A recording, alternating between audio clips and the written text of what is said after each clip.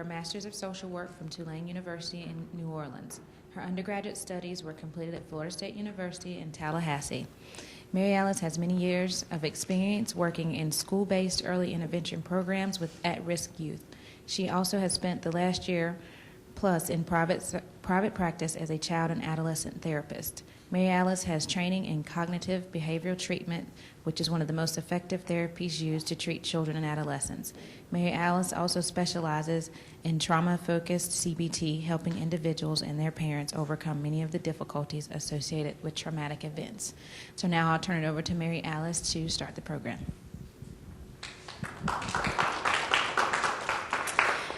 Hi. I just want to start by saying that my typical audience averages at about this high. So, I'm kind of nervous, so bear with me. And before I start, I just wanted to also mention, like John said last night, this conference is about, learning from each other, sharing our experiences. And so I did bring with me, my first conference I attended in 2009, I came to the IEP session.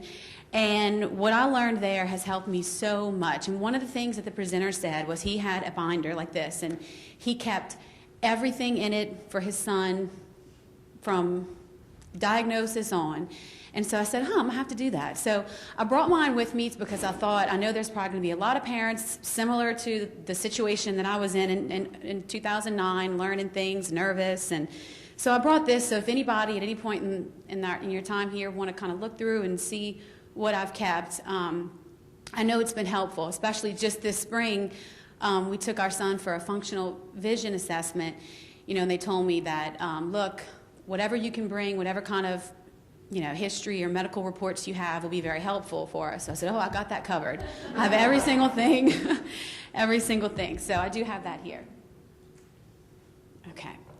So now we're going to talk about creating confidence in your children, and that's my little boy right there, James. He's 6. Okay, click. So our goals for this session, first we're going to talk about kind of the difference between creating confidence and resiliency as a more proactive approach versus just a lot of anti-bullying policies, which is kind of reactive. Anti-bullying is the policies, rules, administrative response, kind of once bullying has been identified, and that's kind of been, a lot of people have been talking about that in the news and the media. So, but today we're going to talk about the proactive approach. More research actually has been done on this lately as being more beneficial, kind of educating the bystanders or the witnesses rather than children who are actually doing the bullying. Okay, then we're going to discuss some strategies to help your child, and more focusing on emotional intelligence, or that EQ. These days a lot has been done in IQ, or kind of working on that early education. But at the same time, kids need to learn emotional intelligence as well, and that's your job. That's our parents' job. We need to start that early on in the home.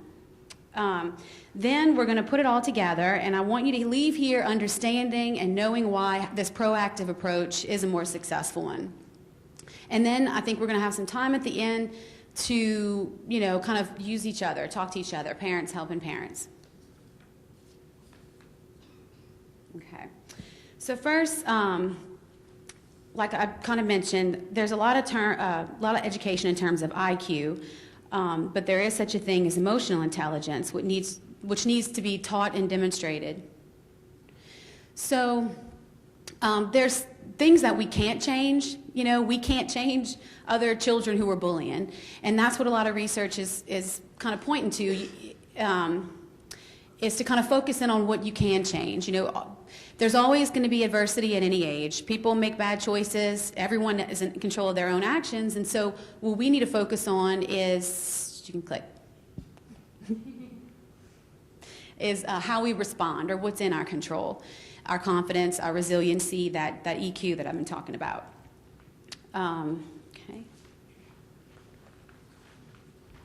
Okay. Okay, so now we're going to go and kind of talk about those strategies that I was, so how do we do that? How does it all start? Okay. So you play a larger role than anyone else, and whether your children are respectful, responsible, resilient, they learn from watching us.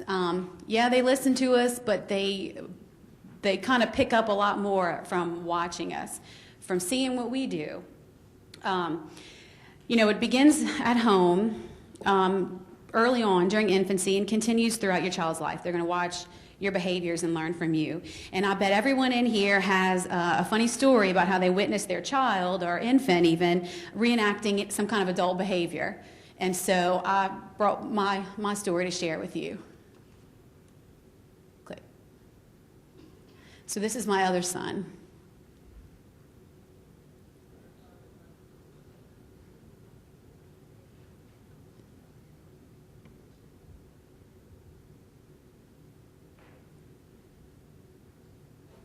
Okay, can anybody guess what he's doing? Yes, yes. Every man in his life plays golf, and so, but this is just an example about how they pay attention to our every move. You know, most of the time, really not much what we say, but more so what we do.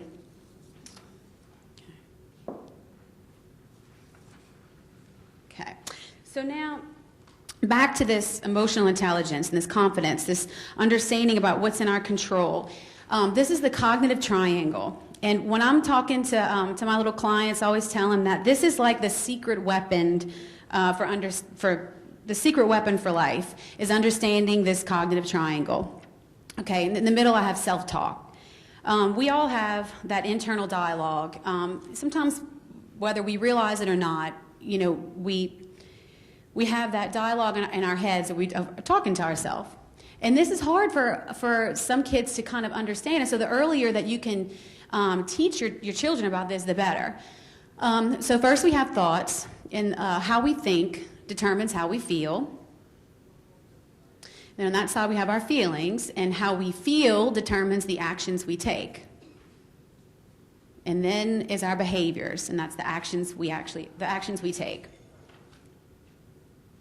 So something happens, an event happens, okay, I tell myself something, I feel something, and then I do something. So now we're going to apply this cognitive triangle to bullying behavior, or what we might perceive as bullying behavior. Okay, so we have the event. Okay, so let's say a child walks into the cafeteria and all their friends start laughing really hard in the corner.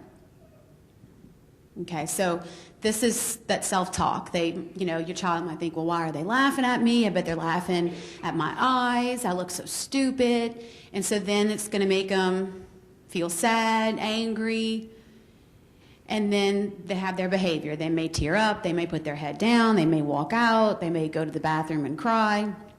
Okay, so in this example, is the self-talk helpful or unhelpful? Unhelpful, right. Okay, so now, before you click, don't click, Tony.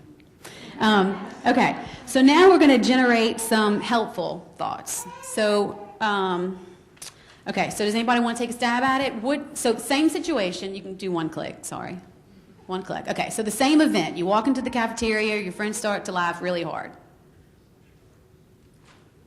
Okay, so anybody? I have prizes. Okay, so what do you think would be a helpful thought? Someone must have told a funny joke at that table. Yes. Okay, anybody else have one? All right, well, you get to pick a prize. Okay. I'm no fool. I know nothing in life's free, so I wouldn't ask for volunteers if I didn't have some kind of incentive. Okay. All right. So see, maybe next time more hands will go up, huh? Okay. So, okay, let's see what else. But that was a great one. Okay, they're always telling jokes. Just because they're laughing doesn't mean they're laughing at me. Okay, and so when you have these thoughts, it does generate different feelings. So that would generate more feelings of neutral, calm, happy. You know, when I tell the kids that I work with, I say these thoughts, they don't have to make you off the charts happy, excited. Oh, look, wow, they're all in the corner laughing. That's so it makes me happy. But you just need to kind of program your mind to just kind of keep you calm, So I kind of explain to them they can just kind of feel neutral, we're just, like, okay, that's no big deal. And so then their behavior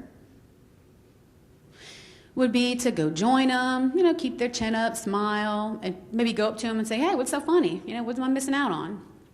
Okay? So now what can you do with this information? Okay? How does this, how does knowing about this cognitive triangle, how is it going to help me as a parent? Well, you can lead by example. Examine how you respond. What is your self-talk like? Are you a blamer? Are you a catastrophic thinker?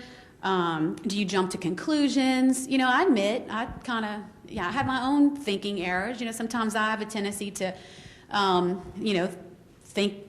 think the worst in a situation. So we, as parents, just kind of examine, how do I respond to things? And also, sometimes too, verbalize your self-talk. That way, that's how your little, I'm talking even 2 and 3-year-olds. If you, verbalize what's going on in your mind so that they can kind of learn, oh, okay, so I can kind of think those things too in my head. That's how they learn. They repeat what they see, hear. Sometimes you don't even have to explain the concept. They just pick it up by, hearing you verbalize those thoughts. And also, too, you can click, I'm sorry. Okay, so try to have a positive outlook on life, examine your own self-talk. Help your children learn how to tackle challenges for themselves. And at the bottom, it's really small, but children learn resiliency when they have the experience of working through their feelings and learning that their feelings will pass eventually. So you can kind of think to yourself, okay, well, I'll walk them through it instead of just trying to make them feel better. Work through solving that problem, and that in itself boosts their confidence, when they can kind of realize, oh, well, I can kind of solve this problem on my own. Okay. And, and this could be done at a very early age. You'd be surprised at what little ones can come up with. Even if they're just having a hard time doing something and get really frustrated, helping them kind of work through it. Well, let's see. Let's just think to ourselves. Let's say, well, it's going to be okay. We can just try it again, and let them kind of realize that that frustration will pass. Okay, so now we're going to do an example on, how can we help our child learn? Okay, so don't click. So here's an example. Now, so there's this mom. Looks like there's some milk spilled on the floor. Little girl. So I want you to be honest. Okay, what do you think this lady is thinking to herself? Okay, so any takers? Yeah. Okay. So what do you think she's thinking to herself, honestly? Oh my God, I can't. Oh, I'm sorry.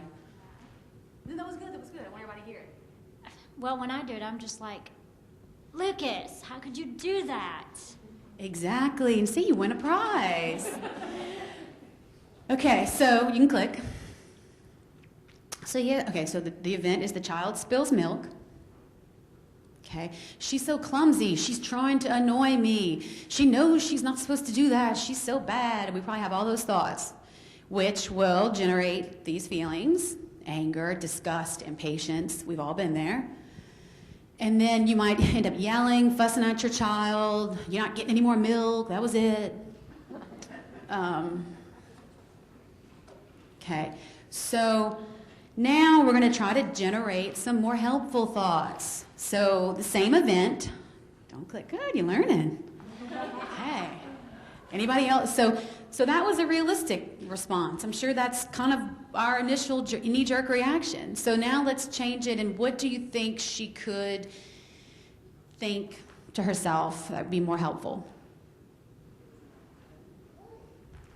Oh, wait. Oh, okay. Let me see. Well, I want to get back there, but...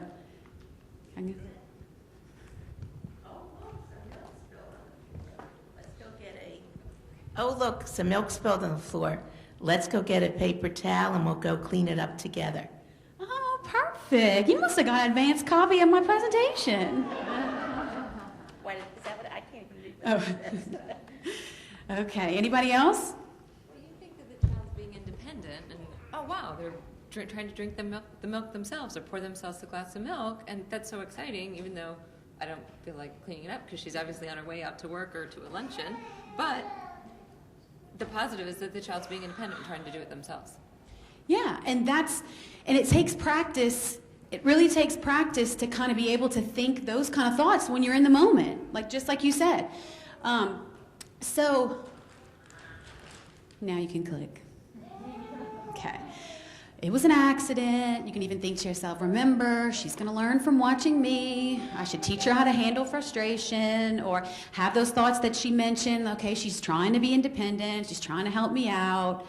Okay, so those thoughts. Now, they don't have to make you, real excited because my child spilled milk. Woo!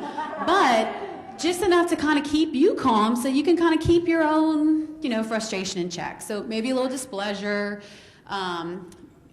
maybe but give you some patience, kind of make you remain calm. And then your behavior, if you're in that calm state, as opposed to the previous slide, help the child clean it up, maybe teach her how to wipe it up, go with a paper towel, refill her milk, but externalize your self-talk. Instead of thinking those things that she mentioned in your head, verbalize it out loud so that she could hear you and learn from it. And if you do this a couple times, you'd probably be surprised, because I bet you in a week you'll probably overhear your child doing the same thing, kind of externalizing that self-talk. And when they're little, that's okay. You want them to do that. And then they kind of learn as they get older, like, okay, those are those thoughts I can tell myself in my head. But lead by example. And look, even if you do kind of freak out the first time and do what the previous slide, did, there's always a chance to redo and teach the skill, okay? And I'll admit, and I'm sure Tony right there can vouch for this, I'll admit that, look, even I'm guilty of, having that first reaction like you mentioned, but with practice, I might go, oh, James, I cannot believe you did this, but then I stop myself, and then, I lead by example. So I tell them, okay, Mama's going to take a deep breath, and it's just some milk. It's no big deal. That's why we have paper towels in the house, and let's wipe it up. And so there's always that chance to stop yourself and redo it. We're not perfect, and it takes practice, because I'm telling you, in the moment, it's that first and that first response. Maybe saying, I'm sorry, that wasn't a good way for Mommy to handle that. Mommy should have taken a deep breath and reminded myself that it's just some old milk. We have lots of paper towels, things like that. And two, you can also, in this situation, expand that learning and relate it to something that might make more sense to them. I know our son loves to play Legos, and he might be working on this really tall castle all afternoon that he's really, really proud of. And then here comes his little brother that tears it down. And he gets really, really frustrated. So in a situation like this, I might say, well, James, how when Spencer comes and knocks down all your Legos, you get really, really frustrated, and you go to yell, and you might even go chasing after him. They say, okay, yeah, well, that's kind of how Mama felt. I just got really, really frustrated that I spilt this milk, but this is how I should have handled it. So walking them through it takes a little extra time, but it doesn't take long for them to pick up on this. So it'll, be a benefit next time. Okay, you can. Oh, I'm sorry. I just wanted to say that I feel like the same thing kind of goes along with the saying, like, you can't cry over spilled milk, and like that kind of teaches your kids in the future also, like, it's not that big of a deal. It's just like when you spill your milk, it's not a big deal. And kind of like how I mentioned earlier, they pay attention to our actions more than what we tell them. So, telling them something like that, it might go in one ear and out the other, but if they see us handling it better, they're more likely to handle it better next time. So yeah, just like you said, because I'm sure if you could tell them, if they're the ones having the freak out, and you try telling them, no, that's not the way you're supposed to handle it, and then you never know. They might come back and say, well, that's what you did. That's what you did when you spilled the milk. So it's important for us to kind of practice what we preach to them. Okay, so we're going to do another quick example. Okay, so we have an event. An older child maybe comforting a crying baby brother. And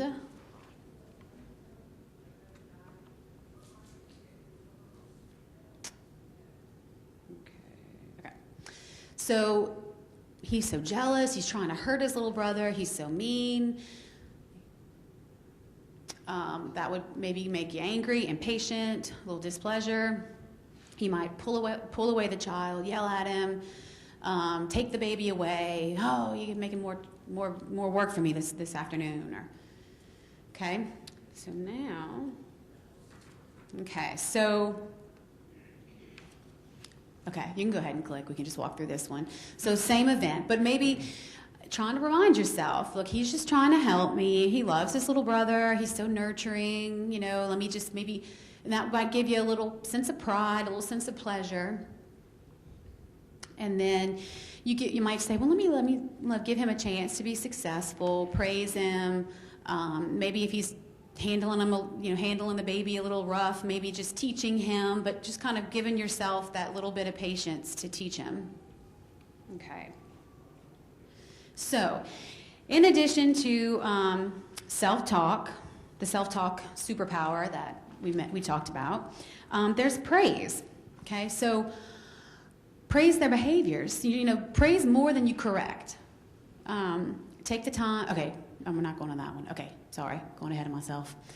So again, it sounds simple, but if you actually count the number of times you correct your child versus the number of times you praise your child in a day, I'm sure it'd kind of be eye-opening for you. Even the best parents in the world, even Dr. Phil could probably use a little refresher on praising.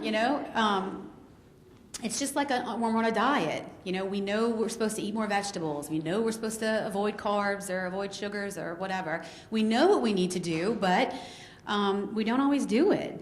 Sometimes we slip up. Sometimes we fall off the wagon. So we know we're supposed to be praising our kids, but it's a skill that needs to be practiced, just like it's a muscle that needs to be worked out. You can go ahead and click it. Okay, so here is very tiny, but I do have these handouts here.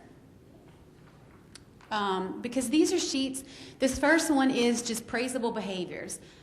Those things that can be, because you're probably thinking, well, I don't know, my kid really didn't do anything today, but the smallest thing can be praised. And so I have these, and I want you to keep it somewhere handy, because even though you think I'll praise my kid, I'm pretty good at that. Life gets busy, life gets fast-paced, and we kind of slip up, so keep these somewhere good and kind of review them, because, I think it'll help. Let's see. I'm always, so I'm just going to leave these here. Maybe I can pass them around, or you can grab one after. But I'm always surprised when I meet with parents sometimes. There's a question on my interview form that says, what's something that your child's very good at? And a lot of times parents sit there speechless. They're like, oh, he's not good at it. I don't know what he's good at, And, even the most oppositional, defiant kid ever, you could say, well, he's pretty persistent. He doesn't give up, That's still a good trait. So I'm always surprised at parents that have that they don't know I don't know what he's good at. Well, even he might be really good at arguing, that could, it helps out, could make a good attorney one day, So let's see. And so look at these lists when you get a moment, and when you look at the list, you're like, oh, well, I can praise that. My child has praisable behaviors all day long. And being praised for these types of things really does more for their confidence than any, T-ball game that they scored. Or, I think most people kind of think that that's how, that, sports or extracurriculars is, the only way to get this confidence. But it's really not. Being able to solve their problems, that's more of a boost in confidence, and being praised for being a good little kid. So just a rule of thumb to remember is that any behavior you want to see repeated again another time, praise it. I'm sure it works the same way just with, your husbands or wives. Let's say my husband might come and fix me a cup of coffee one morning, and he maybe even serve it to me in bed. And I'm thinking, wow, that was really nice of him. But if I keep it to myself, he's probably not going to do it the next day, But if I make a big deal of it and say, wow, Tony, that was really sweet of you. I really like that you did that for me. Odds are he might do it again. And the same goes for our kids. Kind of like we don't, would anybody here go to work if you didn't get a paycheck? I know I wouldn't. So it's kind of the same thing. We only go because we know we're going to get that paycheck. We all get reinforced every day, and kids are the same way. We always are real quick to tell them when they're doing something wrong, but so they know, okay, well, I don't want to do that again because I got time out. But we kind of slip up and fail to really let them know when they're doing something good, so they know, okay, that's something that mom likes, so let me try that again sometime. So that's a little bit about that, about praising. And the next slide is the other handout that I provided too, and this is just ways to phrase it. Even, let's see, I'm trying to read on here, like, oh wow, you got a great imagination, or I don't know, I can't even read that. But that's just a way to phrase it. So like I said, just keep these handy because you're going to need to review them because we all, fall off the wagon. Okay, so now we're going to move on to the next way. So we talked about assisting our children with helpful self-talk. We talked about the importance of praise. And now we're going to address communication, or for you parents, I will phrase this as listening, because I think sometimes as parents we forget that communication is a two-way street. I think we need to take more time to listen to our child and to really know what kind of person they are, their strengths, their worries, interests, hopes. Find out what they're really good at. That way, when they try new things, or if mom and dad want them to try out soccer, or try this out, or try that out, find out what they're really good at so they can still have their own little niche to fall back on. And you only find that out from kind of really listening to them and seeing what kind of toys interest them. Or I know for our son, he tried soccer this year for the first time, and bless his little heart, he tried really hard, and he enjoyed himself, but I don't think he ever made contact with the ball. It was. But, he finished the whole season. He did great. But, it never bothered him that he wasn't really good. I don't even think he knew if he was good or not. He just had fun being out there. But I don't think it really ever bothered him because he knew he was comfortable in what he's good at. He knows he's really great at doing X, Y, Z. So it didn't matter to him that he wasn't that great at soccer, but he tried it. So kind of knowing, they can try these other things, but really listening to them to find out what are they really interested in? What is their niche? So that way they always have that too. I think if our son didn't have that other niche, then he might kind of be more upset that soccer didn't work out too well. But, he handled that real good.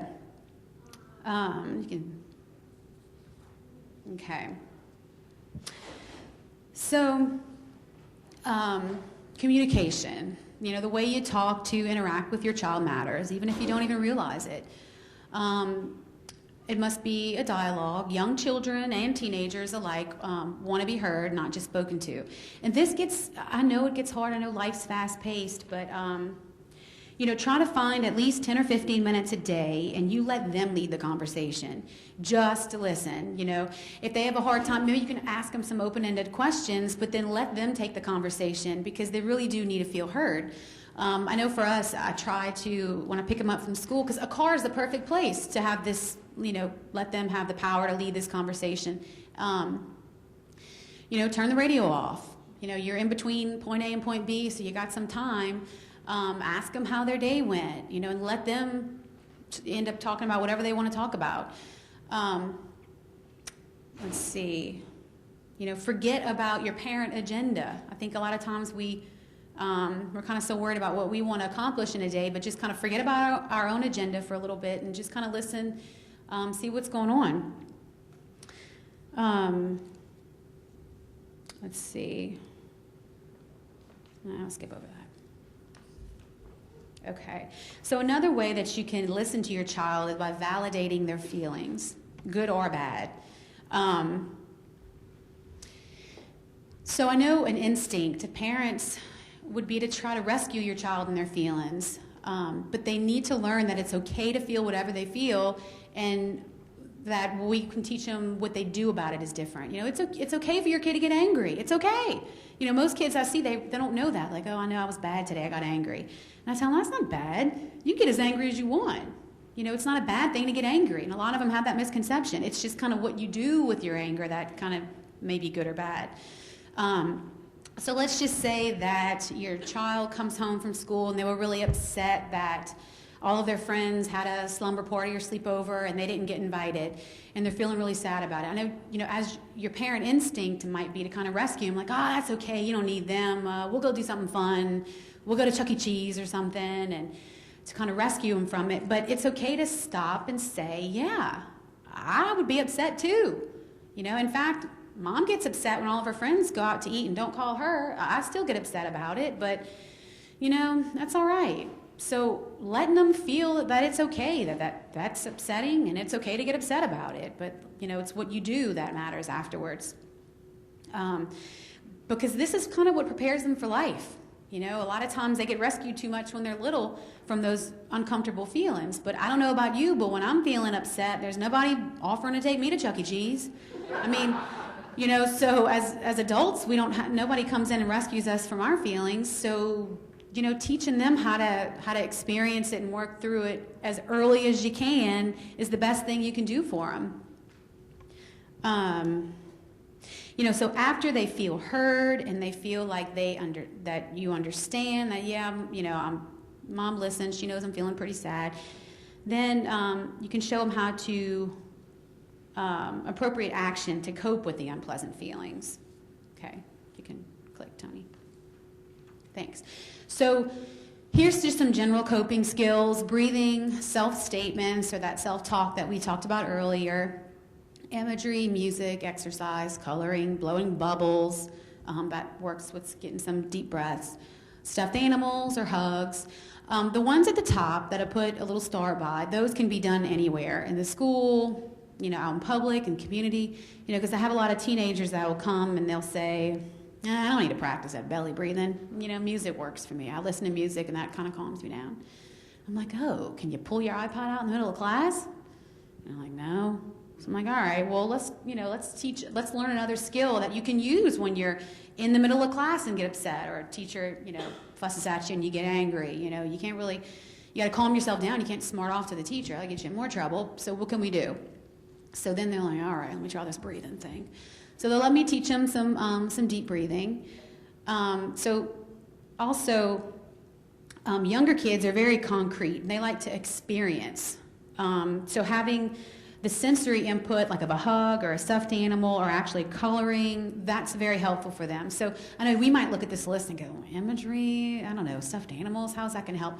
But kind of put yourself back in the kids' shoes, and for them, they are very concrete. They like that input. For teens, they gravitate to more of a expressive coping skill. So they like the music, they like to journal, or talking to their friends. A lot of them will tell me, well, I just go and I call a friend and we talk about it. So, you know, different ages kind of calls for different coping skills. And let's see, I'll skip over that exercise I was going to do because of time. So the last practical skill I'm going to talk about is widening your child's circle of concern. Okay. All right, so what does that mean? I briefly kind of talked about this on a previous slide, but this is basically teaching your child empathy. So helping them think about fairness and justice in their world, talk to them about situations when they see someone being treated unfairly or unkindly, and about how they can help. Focus on the behaviors, not the person. And is that the last one? Okay, sorry. Went ahead, but so focusing on the behaviors, not the person, that's important. You know, when my son comes home and talks about his little friend, my youngest is very soft-hearted, so he comes home and he sometimes in that car when we're doing that communication thing, and I always ask them, what was the best part of your day and what was the worst part? So for Spencer, the worst part of his day was always, one of his friends having to go to timeout. So he'll come home and he'll tell me, like, Bo, I had to go to timeout, made me really sad. So, I kind of take that and we widen that circle. What happened? What'd Bo do? And he, will tell me what he did. But, I always talk to him in terms of, Bo had a hard time making the right decision, huh? Yeah, he, yanked his toy from so-and-so. So instead of, you can use this as a teachable moment.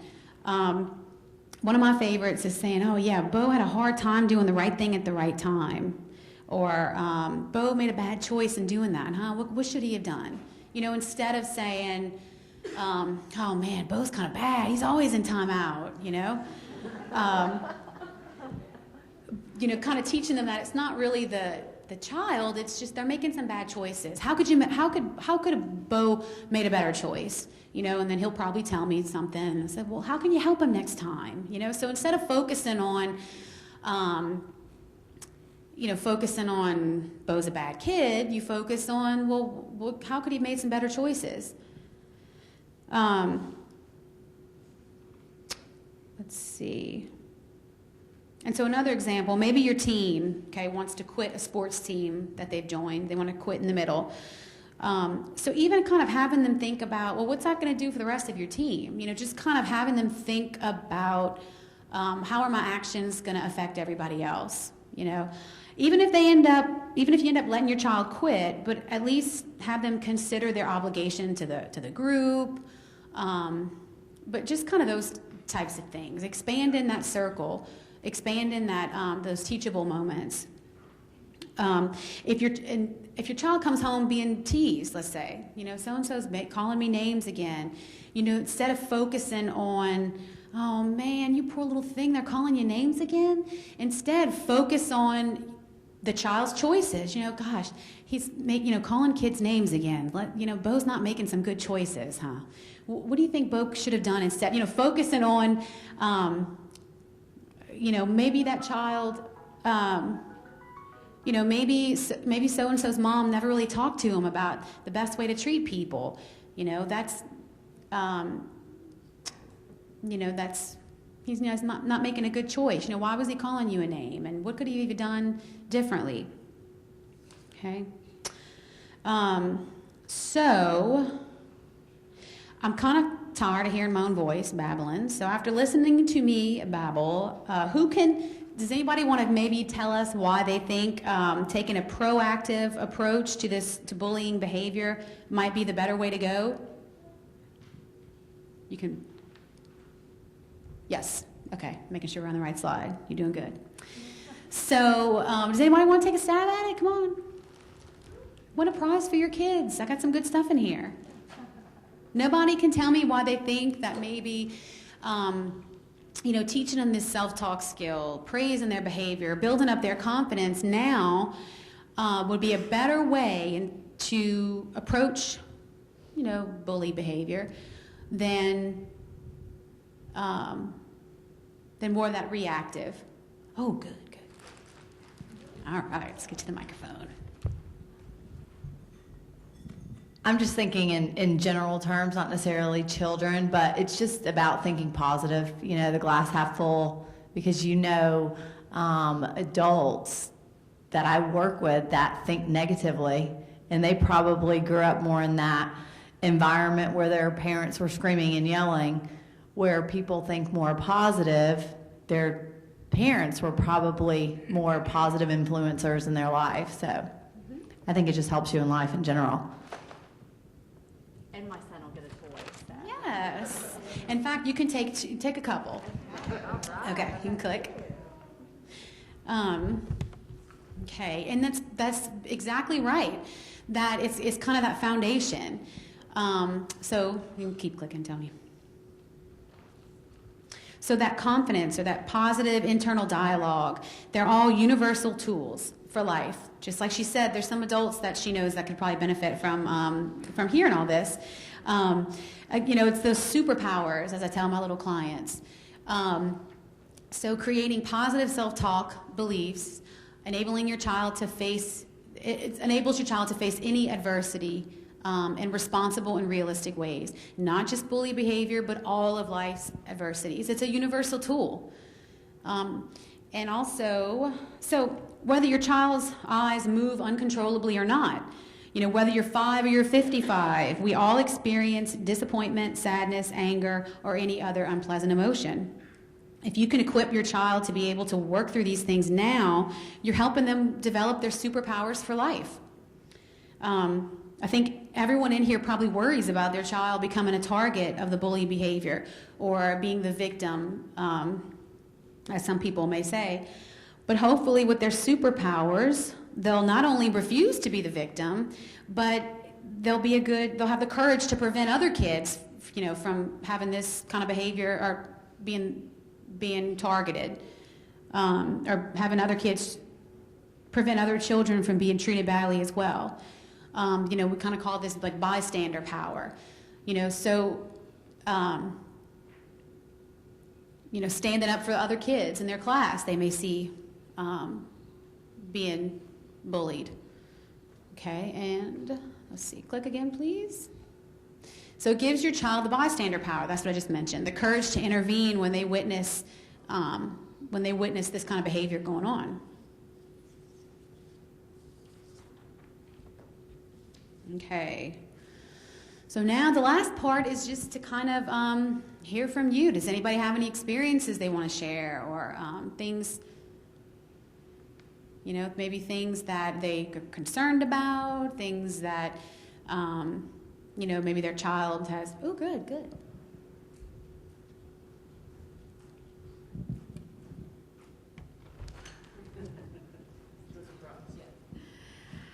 I actually want to pose a question to the first case study that we were talking about, with the child entering into the cafeteria and thinking they're laughing at me and going up and saying, hey, what are you all laughing about? So I'm curious for parents who are in the room who may have older children, because my oldest is 6, so we're just starting to enter this stage, that they enter the cafeteria and they ask the children, and the children say, we're laughing at you. How you think that should be handled? Okay. Do we have anybody in here that maybe has had that experience? Oh, I'm sorry. Yeah, get both of them a prize. Okay, yes. I haven't had that experience, but initially what comes to mind is just knowledge and informing the kids. And I think if they have this positive thought and strength behind them, then they can speak back to educate the other kids on why my eyes move, or why whatever it is that they're being laughed at is what it is. And that takes a lot of strength, and maybe not a 6-year-old could do that, but being taught and learning those tools could be helpful. Yeah, I had an experience where I was on an airplane, my child's 2, and she was maybe 1 at the time, and the kid sitting in the row behind her, you know, we were all getting up to leave the plane, and the girls started laughing. They saw her, and I can't remember if she had a patch on her eye at the time, and the mom was, oh, that's so rude, oh my gosh, stop laughing. And the mom was mortified, which you can imagine, because you would be too if your child were doing that. But I said, oh, it's okay. I said, you might be wondering what's going on, and you've probably never seen anything like that. And I explained it, and it was like a brother and a sister, and they were both like, they were so relaxed and so relieved that I explained what was going on. And the mom, I think, was still worried about her children, but the children weren't worried anymore. I said, well, that's a normal reaction. If you haven't seen something before, you might get nervous and you might start laughing because you don't know what kind of questions to ask. But then the kids started asking questions, and they were just curious, and when you explained it, it made sense to them. And it was just interesting that the laughter was, the mom perceived the laughter as being mean, but it was really more a nervousness or just not knowing what to do. And once it was broken down, they were really very comfortable and very sweet kids. Mm-hmm. But I don't know how you get a kid to do that. You know, as a mom, it's easy to advocate for your child when you're there and you see it. You can pick a prize. And, you know, even for that mom that you talked about that seemed very, you know, uncomfortable that their kids were laughing, it's kind of going to that widening the circle. That would have been a perfect opportunity for that mom to say, well, look, I know you're probably curious as to what's going on over there with her eyes, but how do you think's the best way to handle that? You think we should laugh at her? What happens whenever you think people are laughing at you? I don't like it too much. Okay, so what's something that we could do instead of laughing at her? Well, maybe let's just go ask her and see what's going on. So kind of in a similar situation, if your child's curious or laughing about somebody else for whatever reason, I mean, they might be, oh, why are they in a wheelchair? They think it's funny or laughing. You would handle it the same way. Kind of tell them, well, there's only one way to find out. Is how would you like to be laughed at? I wouldn't. So let's go find out what's going on. Let's learn. Let's learn why they're different from us. The mom in this situation was very quick to try and shut the kids up. Stop laughing, keep moving, instead of. And so what does that teach them? You ask yourself, okay, well, what is that mom teaching that child? Well, she's teaching them to just, how to handle my curiosity. Well, just ignore it, and that kind of goes back to validating feelings. A lot of times, if your child's having a tantrum because they're not getting their way, just kind of trying to shake them quiet, or, what's that teaching them? Well, you're teaching them that, it's not okay to be frustrated. It's not okay to be angry when it is. So that's why that validation is important. Stop and listen. Okay, I think I can see by your face, I can see by your, you're yelling that you must be pretty angry right now, or pretty frustrated right now, huh? Okay, well, let's see, tell me what's going on. Validate. Yeah, it's okay to be angry. So I like that. That could be a teachable moment for both parties. Okay, I see a question in the back. Or a comment. Thanks, Trish. I'm sorry if I'm going to repeat something because I missed the beginning of your presentation. But on the teasing and bullying question, what we found is that if you can empower the children, it follows on from some of the comments you've just heard, give them the information so that they can give a presentation or a talk in class or in school about nystagmus, the teasing and the bullying goes immediately. It's all about information and ignorance. You're right, it's a 6-year-old probably can't do it, and I think as parents and teachers you have to work out when a child is ready and able to do that, but it's a really empowering moment, and it gives the child ownership of the problem. It's no longer something negative, it's something they can talk about, and they can answer those perfectly reasonable questions that their classmates have. For us, I mentioned that my daughter patches, and it was only 2 hours a day, and my husband would always say, oh, we should patch at home, or when we go to church, like, let's not put the patch on at church. And I'm the opposite. I want to patch her. First of all, if I don't get it done first thing of the day, I'm afraid I'll forget the patch. But always when she goes out in public, because it does. And we have a 6-year-old who doesn't have nystagmus and the 2-year-old that does. And it gives us the opportunity to address it in front of people, in front of the kids all the time. Because people do ask questions, and you can talk about it and explain it. And I think when your kids see you do that, it gives them an example of how to do that for themselves later on. Yep.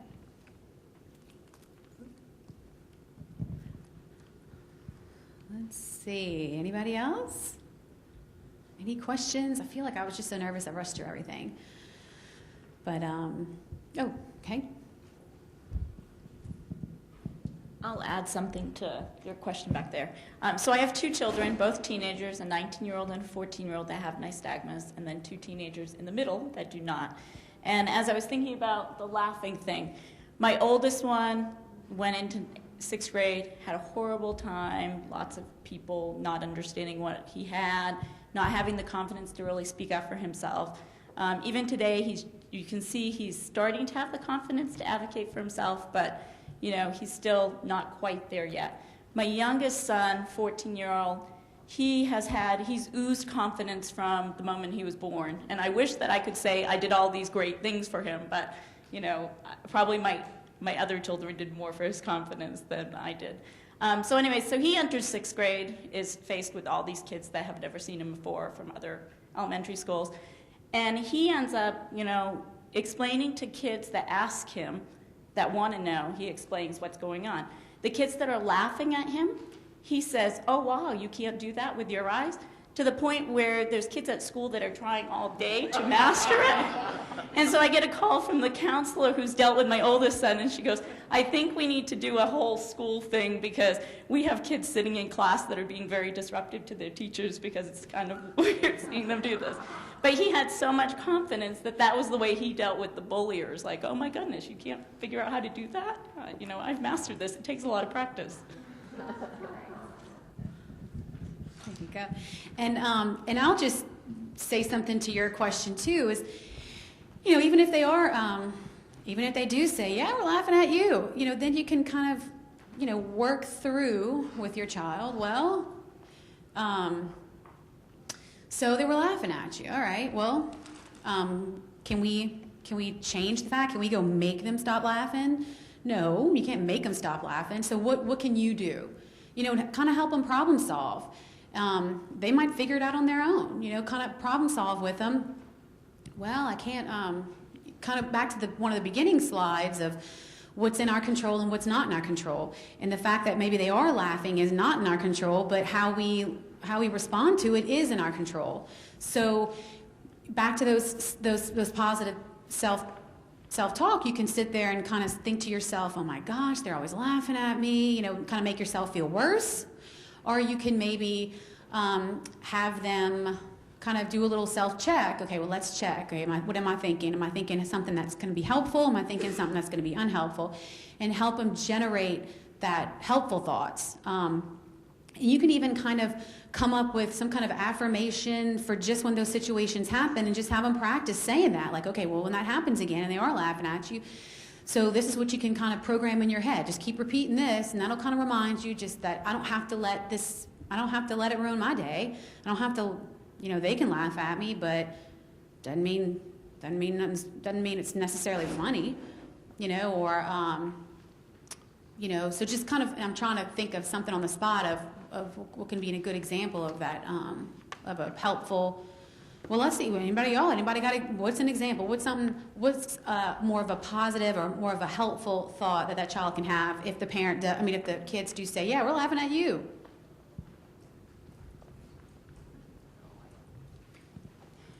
I think it's just very simple. How does it feel when someone laughs at you? And they'll say, what do you mean, how does it feel? I say, well, think about it. How does it make you feel? That's how you get that child then to learn how to express feelings, which we all probably need to practice. Yeah. My daughter's only 2, but can I see a show of hands of people with older children who have had bullying issues? Or I guess I'm just kind of interested to know what the future holds. You want to tell us a little bit about your experience? It doesn't have to do with, she has nystagmus, but it didn't have to do with nystagmus. She's the youngest child in her class, and she was born on the cutoff date for our school. And so she's always had issues that she's the baby, and you're the baby, and how come you're only 9, and you're in 5th grade, and all of these things. But back in 2nd grade, there was an incident with another child who, come to find out, had issues at home, and was bringing her anger to school and was taking it out on my daughter, who's the smallest, the youngest, the most gullible. And she would come home from school and say, well, she pushed me today, or she pushed me down and I had to go to the nurse, or she pulled the book away from me. So it was just an ongoing thing. And I said, well, have you talked to your teacher? And she said, well, yeah, I talked to the teacher. And I said, well, what did the teacher say? And she said, well, next time it happens, come to me right away. Which, 2nd grade, they're busy. So something happened on the playground, and she told para or whoever was on the playground at the time, she said, I need to go and talk to somebody. And she hadn't decided who she was going to talk to, but what we had always told her is that you need to pick somebody that you trust in the school that you can go and talk to. And for her, it was the school nurse. And she marched herself right down to the school nurse and sat down and told her everything that had been happening, and they went and told the principal together. And the principal worked it out, and ironically enough, the child was no longer in the school come the next day due to the things happening at home. She got taken away from her house. But I think the biggest thing is making sure, because bullying happens typically at school, making sure they have somebody that they can go to at school to trust and talk to. And she knows that she has people at school, not just the classroom teacher. So.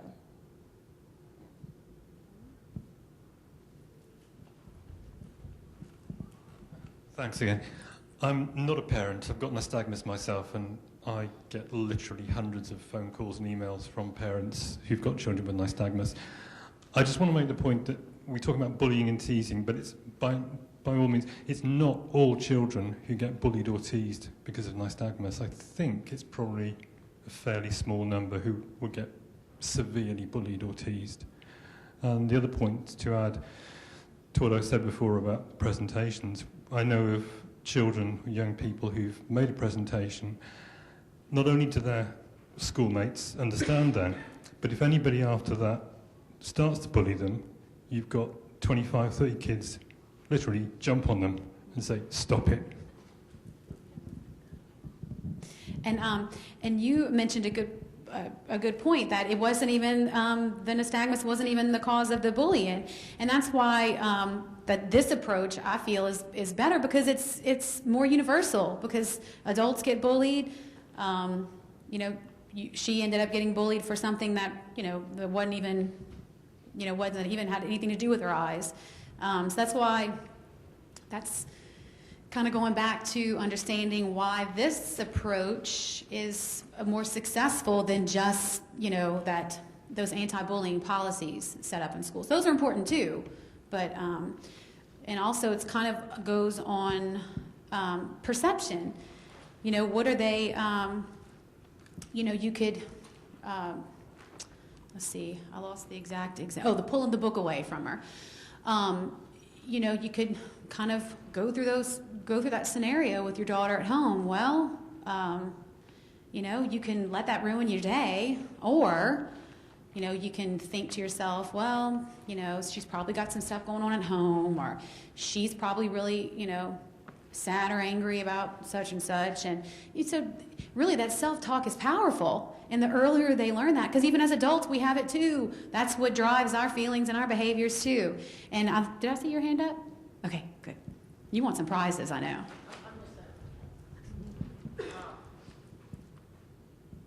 Thanks. I just wondered I have a 3-year-old, and I wondered for other parents, sort of when did you see other kids begin to take notice of the nystagmus?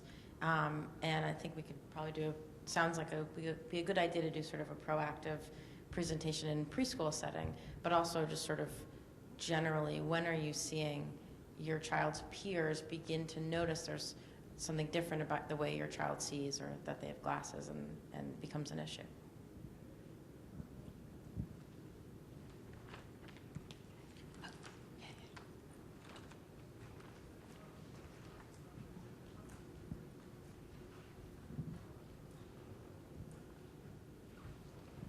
I can just say I have twin 4-year-old boys, and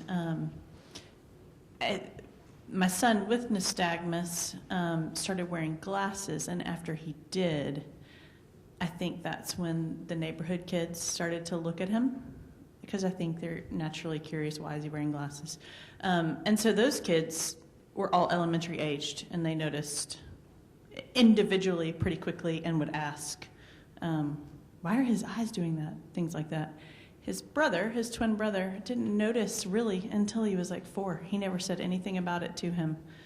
He was probably in his late 3, probably close to 4. So that was interesting to me that he didn't say anything about it until later on.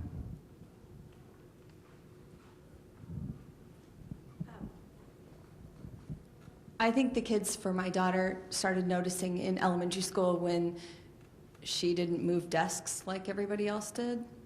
I mean, I'm sure that some of her friends might have said something earlier, but for the most part, if you're not really paying attention, the kids are so busy at that age that they don't really care. But once they got to kindergarten, 1st grade, she always had to sit in the front, in the middle, in the center, all of that. And everybody else, desks would be moved around once a month, once a week, whatever, and she would always stay in the same spot.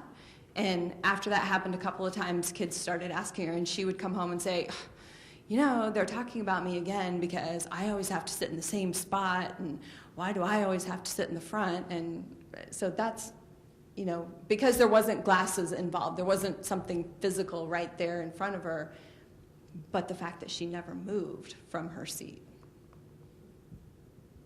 So you got time. And I think we have to wrap it up, but that's what's good about this whole weekend is I encourage you to like get more answers to your question and go and approach people individually. But I think everybody's probably hungry. So, and also and you can probably, okay. So also you can follow me on Facebook or Pinterest. I would have loved to bring all kind of more handouts that are just helpful, but I do, pen a lot of good articles, a lot of good blogs. So that would be, instead of me having to bring all these copies, say, well, let me just put this information up there. And I think, okay, we don't have time for that. That was about it. If anybody has any questions, they can approach me at any time, at any time during the whole weekend. And on behalf of the AN Board of Directors, I wanted to thank Mary Alice for her presentation and give her a small gift.